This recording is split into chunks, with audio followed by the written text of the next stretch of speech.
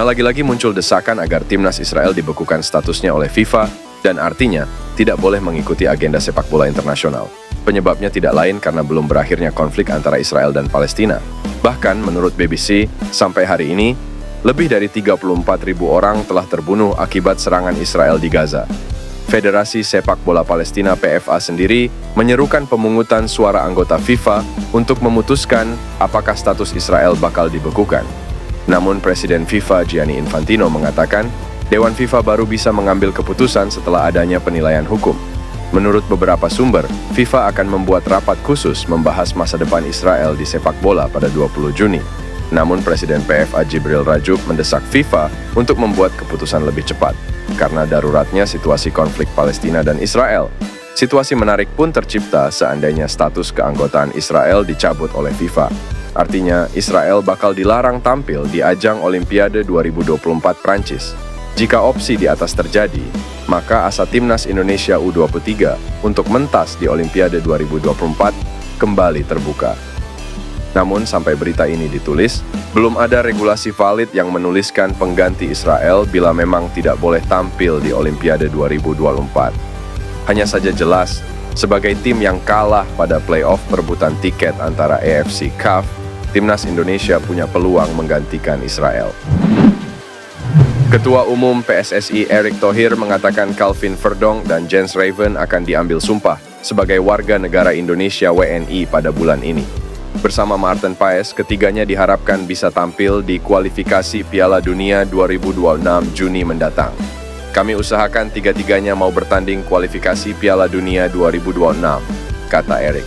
Maarten Paes, pemain berdarah Belanda yang memperkuat FC Dallas di Major League Soccer MLS, sudah diambil sumpah WNI pada 30 April silam di Jakarta.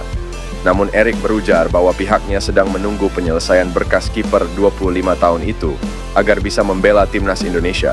Ia juga berkomentar mengenai kabar lanjutan dari Verdong, yang kini memperkuat NEC Nijmegen dan Raven, yang berseragam Dordrecht U21. Usai bertemu dengan keduanya beberapa waktu lalu, ia kini berani menyebut kapan dua pemain yang juga berdarah Belanda itu bisa diresmikan sebagai WNI. Mesti angkat sumpah, lagi menunggu. Mudah-mudahan minggu ketiga Mei. Kalau sudah angkat sumpah, ya bisa bermain di kualifikasi Piala Dunia 2026, tegasnya. Indonesia saat ini sedang berada di urutan 2 grup F dengan 7 poin dari 4 laga, di bawah Irak yang sudah meraih 12 poin serta unggul atas Vietnam dan Filipina. Selanjutnya, Garuda akan berjumpa Irak dan Filipina di Jakarta. Laga pertama digelar 6 Juni, sedangkan laga kedua pada 11 Juni. Tim asuhan Shin Tae-yong hanya perlu tambahan 3 poin untuk memastikan melaju ke fase berikutnya, yakni putaran ketiga yang bisa memberikan tiket lolos langsung ke Piala Dunia 2026.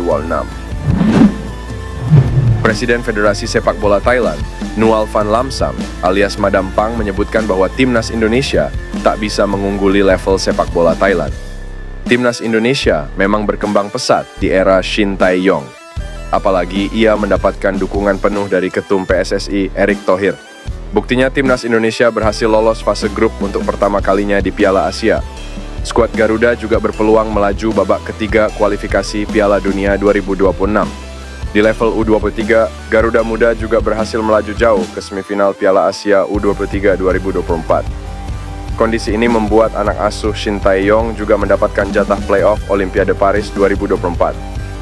Sayangnya di babak playoff, timnas Indonesia U23 tumbang 0-1 atas Guinea.